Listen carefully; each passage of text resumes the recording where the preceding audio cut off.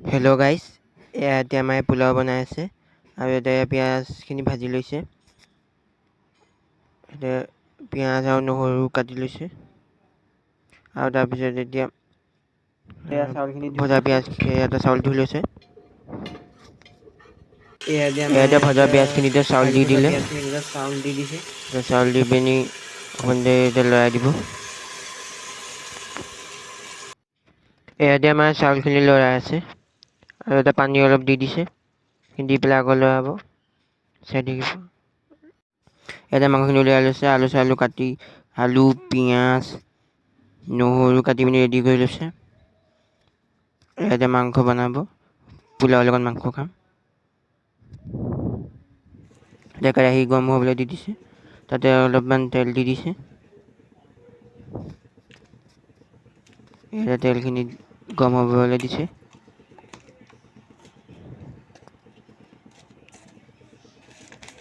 অলপ দেৰি গৰম হ'বলৈ দিছে আৰু পিঁয়াজ চিয়াজ কাটি থৈছে। এতিয়া তেলখিনিতে পিঁয়াজ দি দিব।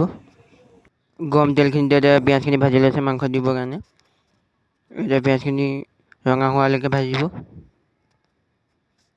তাতে এতিয়া নিমখ দি দিছে আৰু আদা পেষ্ট কৰি থোৱা আছিলে সেইখিনিও দি দিছে।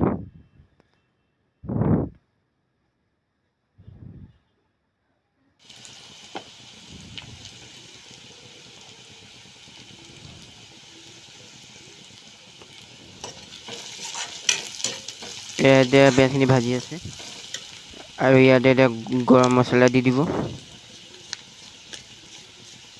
এতিয়া গৰম মছলা দি দিছে আৰু বাকী মছলাবোৰ এতিয়া দি দিব।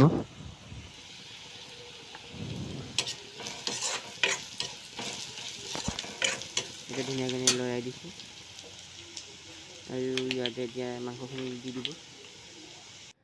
ভাজি থকা পিঁয়াজখিনিতে এতিয়া মাংস দি দিছে আৰু এতিয়া মাংসখিনি এতিয়া অলপ দেৰি লৰাই দিব। এতিয়া মাংসখিনি হৈ গ'ল আৰু এতিয়া অলপ জোলখিনি কমাই দিব। ছেকেণ্ড কমেণ্ট কৰি জনাব, ভাল পালে লাইক ছাবস্ক্ৰাইব কৰি দিব। বাই।